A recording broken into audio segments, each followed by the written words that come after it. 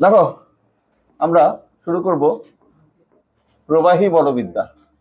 একটা পোর্শন তোমাদের সিলেবাস থেকে তুলে দিয়েছে, আগে ছিল পাস্কালের সূত্র, আর্কিমিডিস সূত্র, এগুলো আগে ছিল, কিন্তু ওগুলোর বেসিক ধারণা কিন্তু লাগবে, সব জায়গায় লাগে। এই জন্য বেসিকটাই আজকে যাচ্ছি মেনলি। দেখো, সবার আগে যদি বলা হয় প্রবাহী কাকে বলে, তোমরা জানো তরলকে প্রবাহী বলে, গ্যাসকে প্রবাহী বলে, কিন্তু সংজ্ঞাটা কি? যে সমস্ত পদার্থ প্রবাহিত হতে পারে, কিন্তু প্রবাহিত হওয়ার এমনিই হবে না, কিন্তু কোনো একটা কারণ থাকবে। কিসের কারণ? কেন প্রবাহিত হয়? হাওয়া এক জায়গা থেকে আরেক জায়গায় যায় কেন? চাপের পার্থক্যের জন্য। তরলও তাই, পাইপের মধ্যে দিয়ে তরল যাচ্ছে, এক জায়গা থেকে আরেক দিকে যাচ্ছে কিসের জন্য? চাপের পার্থক্যের জন্য। যেদিকে চাপ বেশি সেখান থেকে কম চাপের দিকে যায়। তাহলে প্রবাহীর সংজ্ঞা আমরা একটু যুক্তও করে দিব, এটা যে যে সমস্ত পদার্থ প্রবাহিত হয় কিসের জন্য? চাপের পার্থক্যের জন্য। যে সমস্ত পদার্থ চাপের পার্থক্যের জন্য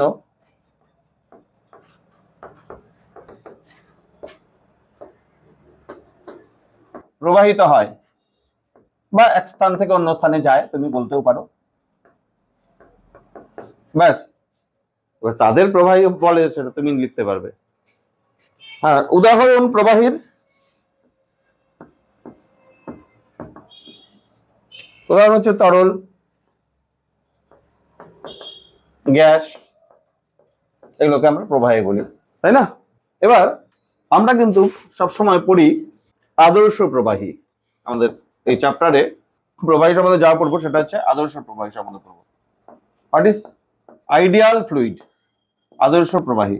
আদর্শ প্রবাহী বলতে আমরা বুঝি যে প্রবাহীগুলো বা যে তরলগুলো ইনকম্প্রেসিবল, মানে কি?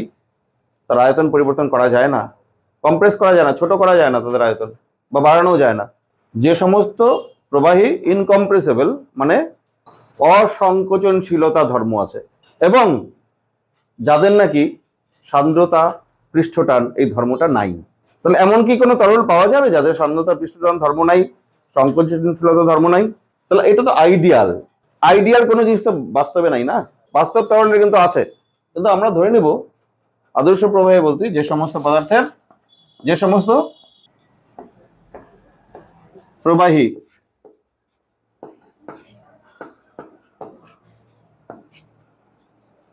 অসংকোচনীয় এবং সান্দ্রতা ও পৃষ্ঠটান ধর্ম নেই, তাদেরকে বলছি আমরা আদর্শ প্রবাহী। আসলে আদর্শ প্রবাহীর অস্তিত্ব নাই, আমরা নিয়ারলি আদর্শ ধরেই আমরা করব সমস্ত কিছু। এই প্রবাহী পড়তে গেলে আমাদের কখনো কখনো দেখা যায় প্রবাহী স্থির, কখনো কখনো দেখা যায় প্রবাহী গতিশীল। সেই জন্য প্রবাহী বলবিদ্যাকে দুই ভাগে ভাগ করি, একটাকে বলা হয় প্রবাহী স্থিতিবিদ্যা, আর একে প্রবাহী গতিবিদ্যা। প্রবাহী বলবিদ্যা দুই ভাগে ভাগ, প্রবাহী বলবিদ্যা, এটাকে পার্ট এভাবে করব। কি কি? একটা হচ্ছে প্রবাহী স্থিতিবিদ্যা, স্থিতিবিদ্যা শুধু লিখি, অবশ্যই প্রবাহী স্থিতিবিদ্যা, প্রবাহী স্থিতিবিদ্যা, এবং প্রবাহী ফ্লুইড স্ট্যাটিক্স আর ফ্লুইড ডাইনামিক্স। এটা ফ্লুইড মেকানিক্স ইংরেজিতে বললে, এটা ফ্লুইড মেকানিক্স বলবিদ্যা। তার দুইটা পার্ট, ফ্লুইড স্ট্যাটিক্স আর ফ্লুইড ডাইনামিক্স, প্রবাহী গতিবিদ্যা। তা আমরা প্রবাহী গতিবিদ্যা পরে পড়বো।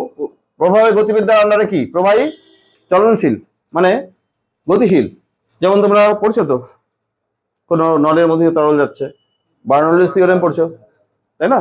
সান্দ্রতা, এটাও প্রবাহী গতিবিদ্যার মধ্যেই পড়ে, প্রবাহী চললেই সান্দ্রতা আসে। আর তাহলে প্রবাহী স্থিতিবিদ্যা কি পড়া হয়? প্রবাহী স্থিতিবিদ্যায় পাস্কালের সূত্র পড়া হয়, আর্কিমিডিসের নীতি পড়া হয় প্রবাহী স্থিতিবিদ্যায়, তারপরে চাপ টাপ সম্বন্ধে এগুলো ধারণা দেওয়া হয়। তাহলে প্রবাহী বলবিদ্যা দুই ভাগে ভাগ করা হয়েছে, প্রবাহী স্থিতিবিদ্যা, প্রবাহী গতিবিদ্যা। আমরা শুরুতে আমরা প্রবাহী স্থিতিবিদ্যাই পড়বো। দেখো, প্রবাহী স্থিতিবিদ্যা পড়তে গেলে কয়েকটা জিনিস আগে আমাকে জানতে হবে, সেটা হচ্ছে সবার আগে বলি ঘনত্ব কাকে বলে। সবাই জানো ঘনত্ব। ঘনত্ব কি বোঝায়? কোনো বস্তু অন্য কোনো বস্তুর চাইতে ভারী না হালকা, সেটাই তো বোঝায়। যত ভারী হবে তত ঘনত্ব বেশি। দুটো বস্তুর একই আয়তন, একটা ভারী একটা হালকা, তাহলে যেটা ভারী সেটার ঘনত্ব বেশি আমরা বলি। একটা প্লাস্টিকের একটা লোহার, একই আয়তন, লোহাটা ভারী, তাহলে লোহার ঘনত্ব বেশি। আমরা কি করে সংজ্ঞা দিই? সংজ্ঞায়িত কি করে করি? একক আয়তনের ভরকে, তাই না? তাহলে একক আয়তনের ভর শুধু এইটুকু লিখি, ঘনত্ব মানে হচ্ছে একক আয়তনের ভর। আচ্ছা, এবার ঘনত্বর তাহলে সূত্র কি হবে? যদি এখানে এর ভর যদি এম হয়, আয়তন যদি ভি হয়, ঘনত্ব কত হবে? M by V. ভি আয়তনের ভর কত? এম। তাহলে এক আয়তনের ভর এম বাই ভি। তাহলে ঘনত্ব রো দিয়ে আমরা লিখবো, সেটা হচ্ছে এম বাই ভি। কেউ ডি দিয়ে লেখে, কেউ রো দিয়ে লেখে, আমি রো দিয়ে লিখলাম।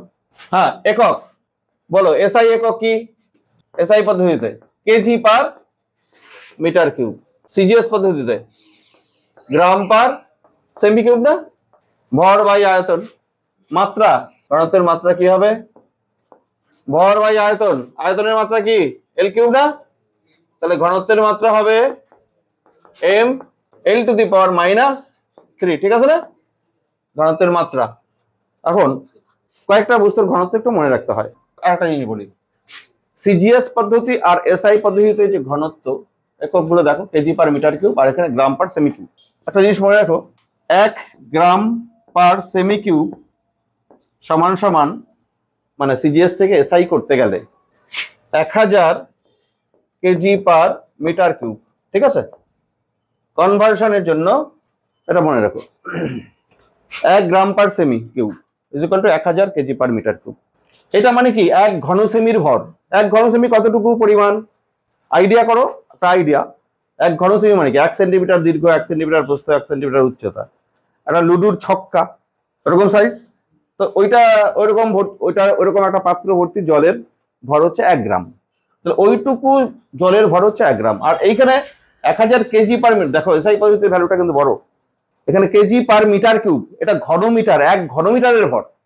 1 ঘনমিটার মানে 1 মিটার লম্বা, 1 মিটার চওড়া, 1 মিটার হাইটের একটা চৌবাচ্চার ভর্তি জল, ওটার ভর হচ্ছে 1000 কেজি, তো বেশি হবেই। আচ্ছা, এবার কয়েকটা বস্তুর ঘনত্ব আমরা বলি, মনে রাখতেই হবে এমন কোনো কথা না, আমি বলে দিচ্ছি দেখো। কিন্তু তার মধ্যে একটা মনে রাখতে হবে, জলের ঘনত্ব, বিশুদ্ধ জলের ঘনত্ব মনে রাখতে হবে। হ্যাঁ, দেখো কয়েকটি পদার্থের ঘনত্ব, আমি জাস্ট কয়েকটি পদার্থ একটা আইডিয়া দিচ্ছি, কার ঘনত্ব কিরকম হয়, কে কিরকম ভারী হয়।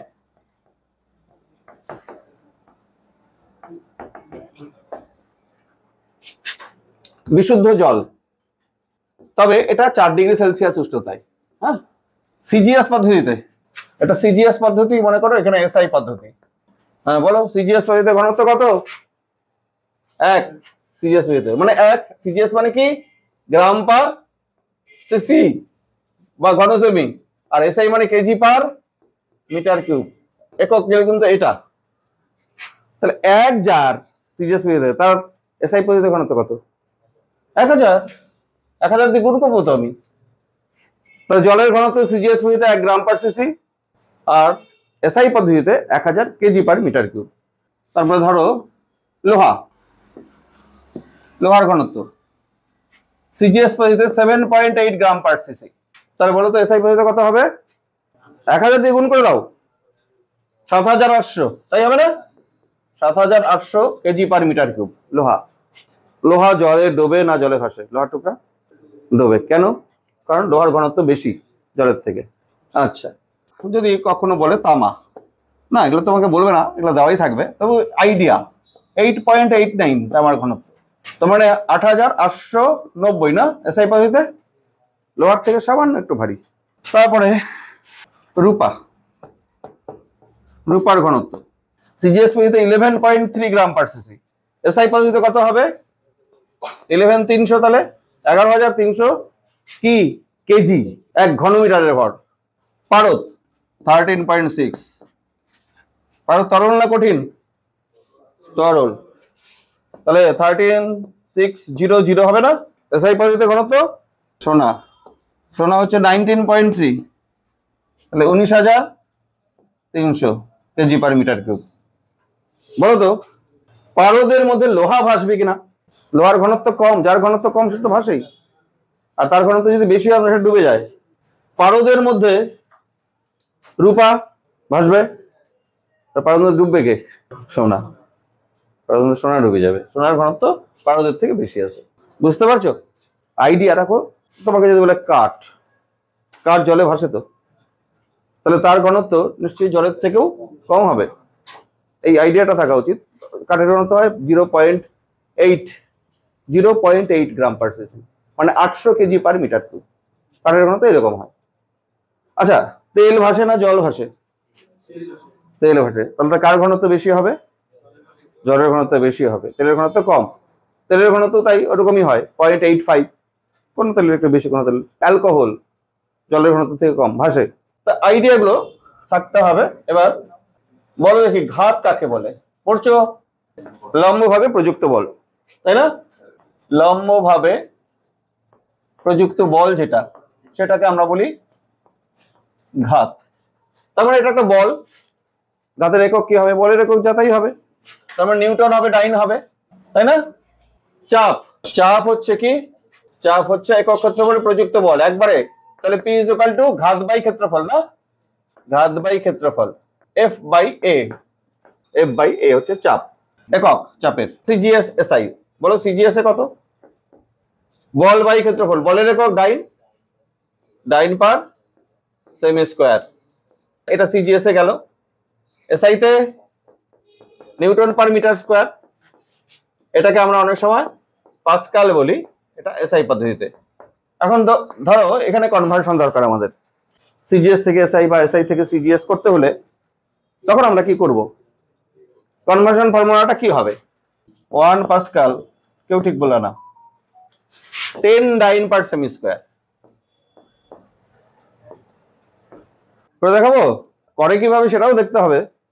দেখো আমি করে দেখাচ্ছি, করে কিভাবে সেটাও তো জানা দরকার। শুধু এখানে দরকার নাকি, সেটা অন্য জায়গাতেও দরকার হয়। দেখো করে কিভাবে।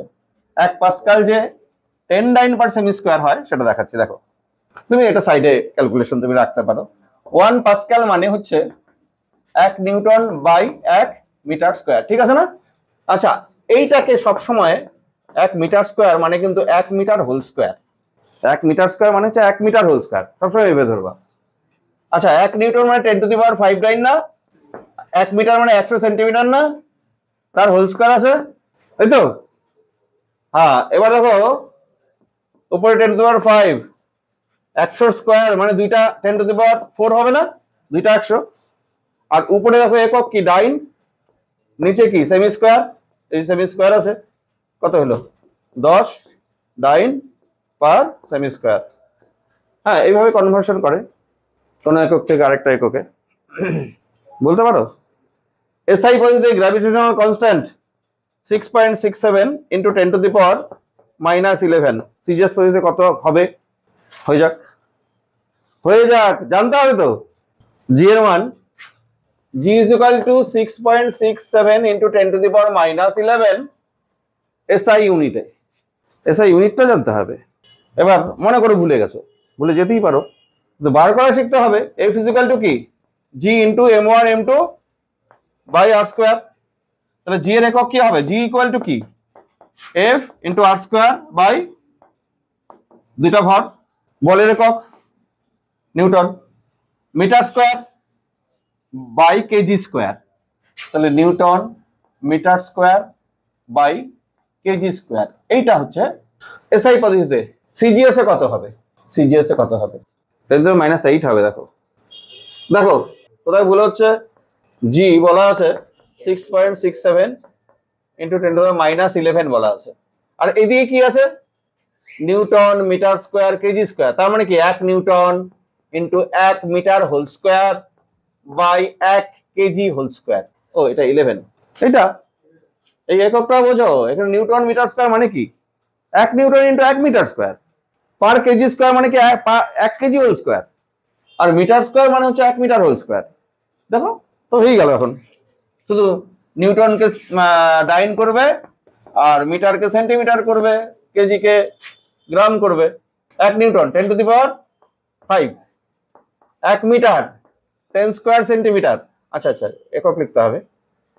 এত ডাইন, এটা এত সেমি হোল স্কোয়ার, ঠিক আছে না? আরে 1 মিটার মানে 10 স্কোয়ার সেন্টিমিটার। আচ্ছা, 1 মিটার মানে 10 স্কোয়ার সেন্টিমিটার, তার হোল স্কোয়ার বাই 1 কেজি মানে 10 টু দি পাওয়ার 3 গ্রাম, তার হোল স্কোয়ার আবার। তাহলে এই দিকে তো আমি হাত দেওয়া দরকার নাই, ওইখানে ক্যালকুলেশনটা ঠিক করতে হবে।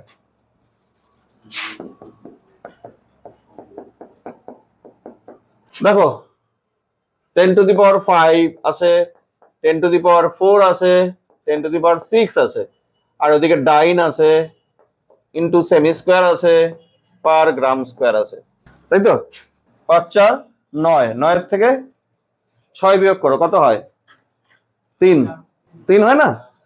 আর -11 প্লাস 3 -8,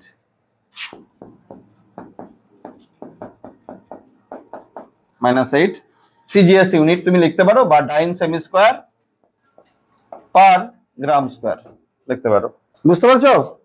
যে কোনো কনভার্সন পারতে হবে। হ্যাঁ, আবার চ্যাপ্টারে ফিরে আসি।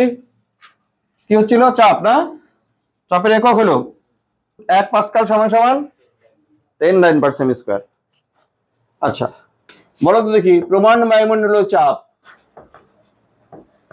চাপ কথার অর্থ কি? কি জানি ছোটবেলার পড়া, গড় সমুদ্র পৃষ্ঠে 0 ডিগ্রি সেলসিয়াস উষ্ণতায় কি জানি আরো বলে 45 ডিগ্রি অক্ষাংশে বায়ুমণ্ডল যে চাপ প্রয়োগ করে, তাই না? এটাকে আমরা এটিএম বলি।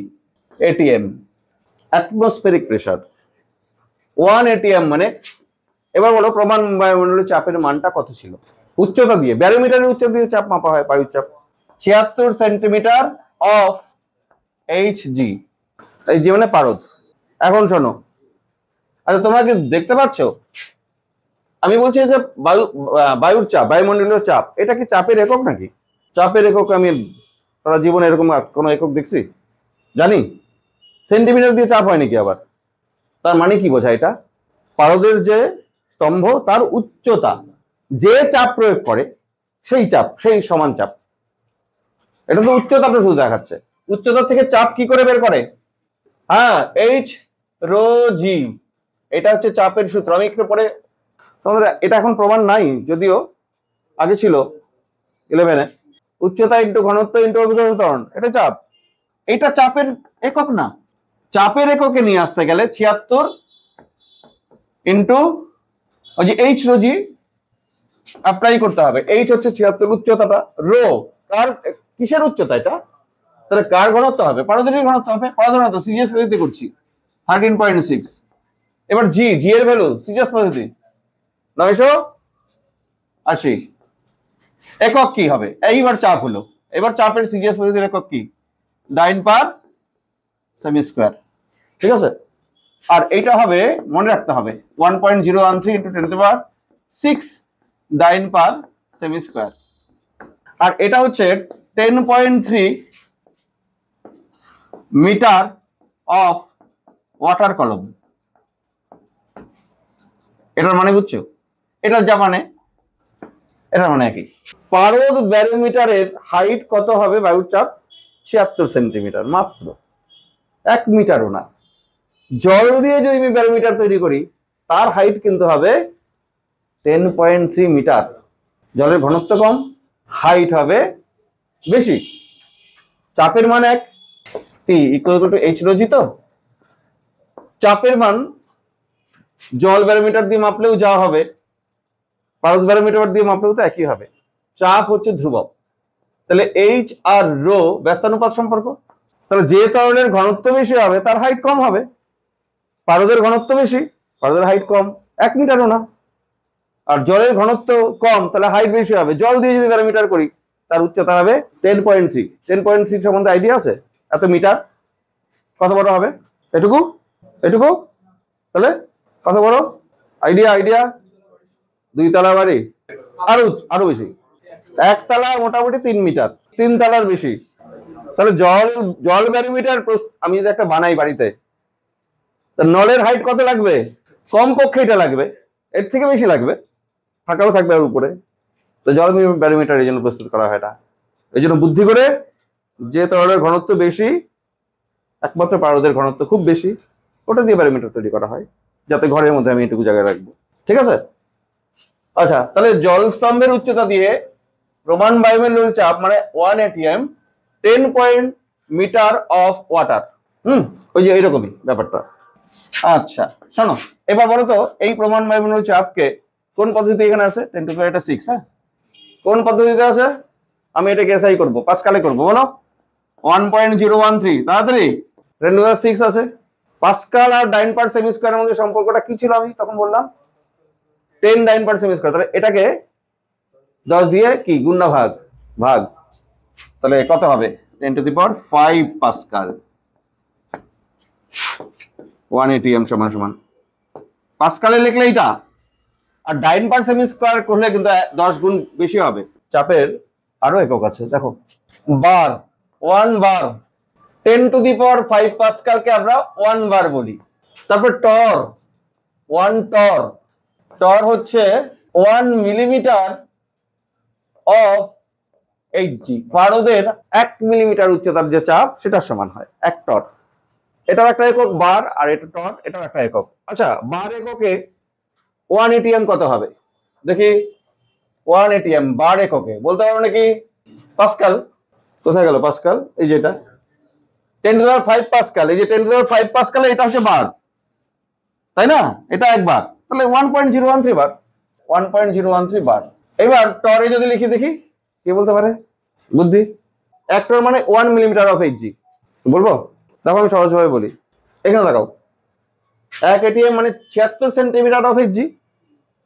এটাকে মিলিমিটার ভাবো, মিলিমিটার করলে কত হবে? 760 মিলিমিটার, 760 মিলিমিটার অফ Hg। এবার 1 মিলিমিটার অফ Hg মানে হচ্ছে 1 টর, তাহলে এক বায়ু চাপ 760 টর, তাহলে 760 টর। বুঝতে পারছো? আর টর্কে তুমি যদি পাস্কালে করতে চাও, এটা 133 পাস্কাল হয়, তাহলে একবার এত পাস্কাল, আর 1 টর 133 পাস্কাল। হ্যাঁ, ক্লাস 9 এ ছিল। যাই হোক, আমি একটু বললাম আর কি, যদি মনে রাখতে পারো ভালো, নাহলে পাস্কাল ডাইন পার সেমি স্কয়ার এটুকু তো লাগবেই। দেখো, আপেক্ষিক গুরুত্ব আমরা এস দিয়ে লিখি। আপেক্ষিক গুরুত্বকে, আপেক্ষিক গুরুত্বের সংজ্ঞা নিচের ক্লাসে পড়ছো। কোনো বস্তুর ভর জলের তুলনায় যত গুণ বেশি, বা ওজন, যাই বলো, ওজন বললেও হবে, একটা বস্তুর ওজন জলের তুলনায় যত গুণ বেশি, তাকে বলা হয় এই বস্তুর আপেক্ষিক গুরুত্ব, বস্তুর উপাদানের আপেক্ষিক গুরুত্ব। এর মানে কি হলো? আমি এখানে জল নিলাম, এটার মধ্যে দেখলাম 2 কেজি হচ্ছে জলের ওজন। কোনো একটা বস্তু নিলাম, একটা কাঠের টুকরা নিলাম, বা একটা পাথরের টুকরা নিলাম, তার ভর হলো 10 কেজি। কিন্তু একটা কথা মিস হচ্ছে, কাঠের পাথরের টুকরাটা বা কাঠের টুকরাটা কত বড় নিব? আমি জল নিলাম কতখানি, এই বোতল ভর্তি, আর পাথরটা নিলাম হিমালয় পাহাড়ের সমান। তাহলে কি আপেক্ষিকতা হবে? তাহলে আমার সংজ্ঞার মধ্যে একটু ত্রুটি ছিল। কোন বস্তুর ভর জলের তুলনায় যত গুণ বেশি তাকে আপেক্ষিক গুরুত্ব বলে। পুরোপুরি ঠিক সংজ্ঞাটা আমি এটা শুনতে চাচ্ছি না, একটা কথা মিসিং আছে এই সংজ্ঞাটার মধ্যে। সমআয়তন জলের তুলনায় যত গুণ বেশি, আয়তনটা এক রাখতে হবে। তাহলে 1 বোতল জলের ওজন যদি 2 কেজি হয়, 1 বোতল পাথরই নিতে হবে আমাকে, বা বালির আপেক্ষিক গুরুত্ব বলতে 1 বোতল বালি নিতে হবে। আচ্ছা, এবার শোনো, 1 বোতল জলের ওজন 2 কেজি, শুধু জল।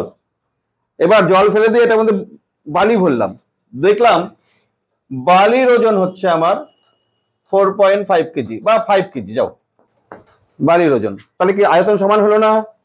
কি বলছি, জলও 1 বোতল, আবার বালিও তো 1 বোতল, তো সমআয়তন হলো। এখন আমি তুলনা করতে পারি, জলের তুলনায় বালি কত গুণ ভারী হলো, কত, এটার তুলনায় এটা কত গুণ। এটা কিভাবে করে? ভাগ করে দিয়ে করে, 5/2 গুণ। 5/2 মানে হচ্ছে 2.5। এই যে 2.5 সংখ্যাটা, এটাই বালির আপেক্ষিক গুরুত্ব। বোঝা গেল তো? তাহলে সমআয়তন জলের তুলনায় কোনো বস্তু যত গুণ ভারী তাকে বলা হয় আপেক্ষিক গুরুত্ব। সংজ্ঞা লেখো লেখো লেখো। সমআয়তন জল, এখানেও একটু একটু ভুল আছে, জলটাও আবার তাহলে উষ্ণতাটাও 4 ডিগ্রি নিতে হয়। 4 ডিগ্রি সেলসিয়াস উষ্ণতার কথা লিখিয়ে দিই, এক্সাক্ট সংখ্যাটাই হয়ে যাবে। 4 ডিগ্রি সেলসিয়াস উষ্ণতার সমআয়তন জলের তুলনায় কোনো বস্তু যত গুণ ভারী, ব্যাস, অর্থাৎ S = বস্তুর ভর বাই সমআয়তন জলের ভর। 4 ডিগ্রি সেলসিয়াস উষ্ণতায় সমআয়তন জলের ভর, কি ঠিক কিনা? জলের ভর। আচ্ছা দেখো তো, আমি বস্তুর আয়তন ভি নিলাম, বস্তুর ঘনত্ব দিয়ে গুণ করলাম, বস্তুর ভর হলো না, জলের আয়তন কত নেব? ভি নেব, সমআয়তন হইতে হবে তো, জলের আয়তন ভি। এবার জলের ঘনত্ব দিয়ে গুণ করলাম, তাহলে জলের ভর হলো সিম্পল ব্যাপার, বস্তুর ভর বাই জলের ভর, হলো তো একই আয়তনের, এটাই আপেক্ষিক গুরুত্ব। আরে ভি ভি কেটে গেল, কি হলো তাহলে রো বাই রো ডাব্লিউ। তাহলে আপেক্ষিক গুরুত্ব ইজ ইকুয়াল টু বস্তুর ঘনত্ব বাই জলের ঘনত্ব, দেখা যায় না, ইকুয়াল টু বস্তুর অবশ্যই 4 ডিগ্রি সেলসিয়াস উষ্ণতা, সেটা আর বারবার লিখবো না, বাই জলের ঘনত্ব। বস্তুর ঘনত্বকে জলের ঘনত্ব দিয়ে ভাগ করলে কার আপেক্ষিক গুরুত্ব পাওয়া যাবে? জলের, তাই নাকি? তাহলে বস্তুর ঘনত্বকে জলের ঘনত্ব দিয়ে ভাগ করলে কার আপেক্ষিক গুরুত্ব পাওয়া যাবে? আচ্ছা, জলের আপেক্ষিক গুরুত্ব কত? আমি জলের বললাম, এবার বস্তুটাও জল, আরে এইভাবে ভাবতে হবে তো, এক হবে, জলের আপেক্ষিক গুরুত্ব এক, জলের সঙ্গে তো তুলনা করতেছি, তখন বস্তুটাও যদি জল বলি, জলের ঘনত্ব ভাই জলের ঘনত্বই তো আসবে, তা জলের আপেক্ষিক গুরুত্ব হবে। যাও, কোনো বস্তুর আপেক্ষিক গুরুত্ব হচ্ছে বস্তুর ঘনত্বকে জলের ঘনত্ব দিয়ে ভাগ। এবার শোনো, সিজিএস পদ্ধতি আর এসআই পদ্ধতি, টাইমটা দেখো তো। সিজিএস পদ্ধতি যদি আমি বলি, দেখো তো, বস্তুর আপেক্ষিক গুরুত্ব, এই আপেক্ষিক গুরুত্বটা কার? বস্তুর। ঘনত্বটা কার? বস্তুর। এটা শুধু জলের ঘনত্ব। আচ্ছা, সিজিএস পদ্ধতিতে জলের ঘনত্ব কত ধরা হয়েছিল? 1। তাহলে এস আর রো ইকুয়াল, এস মানে আপেক্ষিক গুরুত্ব, রো মানে ঘনত্ব, কার? বস্তুর। সিজিএস পদ্ধতিতে বললে ঘনত্ব আর আপেক্ষিক গুরুত্বের মান সমান, মান সমান বলছি কারণ এটা বলার অর্থ কি, ঘনত্বের একক আছে আর আপেক্ষিক গুরুত্বের কোনো একক থাকবে? দুইটা ভরের অনুপাত। যেমন তোমাকে যদি বলা হয় লোহার আপেক্ষিক গুরুত্ব, আমি বললাম 7.8, যখন আপেক্ষিক গুরুত্ব বলতেছি তখন শুধু 7.8 বলতেছি, আর তাহলে লোহার ঘনত্ব কত সিজিএস পদ্ধতিতে? 7.8, তখন আমি গ্রাম পার সিসি বলবো, যখন ঘনত্ব বলছে এটা, যখন আপেক্ষিক গুরুত্ব বলছে এটা, আপেক্ষিক গুরুত্ব যখন বলছে একক ছাড়া বলছি, এই তো ব্যাপার। এই কথার মানে কিন্তু মান সমান, একটা একক আছে একটা একক নাই, এসআই পদ্ধতি। এবার দেখো এসআই পদ্ধতিতে, এখন দেখো এস ইকুয়াল টু রো, বস্তুর আপেক্ষিক গুরুত্ব ইকুয়াল টু বস্তুর ঘনত্ব বাই কি আছে? জলের ঘনত্ব। জলের ঘনত্ব এসআই পদ্ধতিতে 1000 না? তাহলে রো ইকুয়াল টু 1000 এস না? এসআই পদ্ধতিতে এটা রিলেশন, আপেক্ষিক গুরুত্ব জানা থাকলে 1000 দ্বিগুণ করো, ঘনত্ব হয়ে যাবে। হ্যাঁ, এসআই পদ্ধতিতে, ঠিক আছে। তাহলে এখানে দা এন্ড।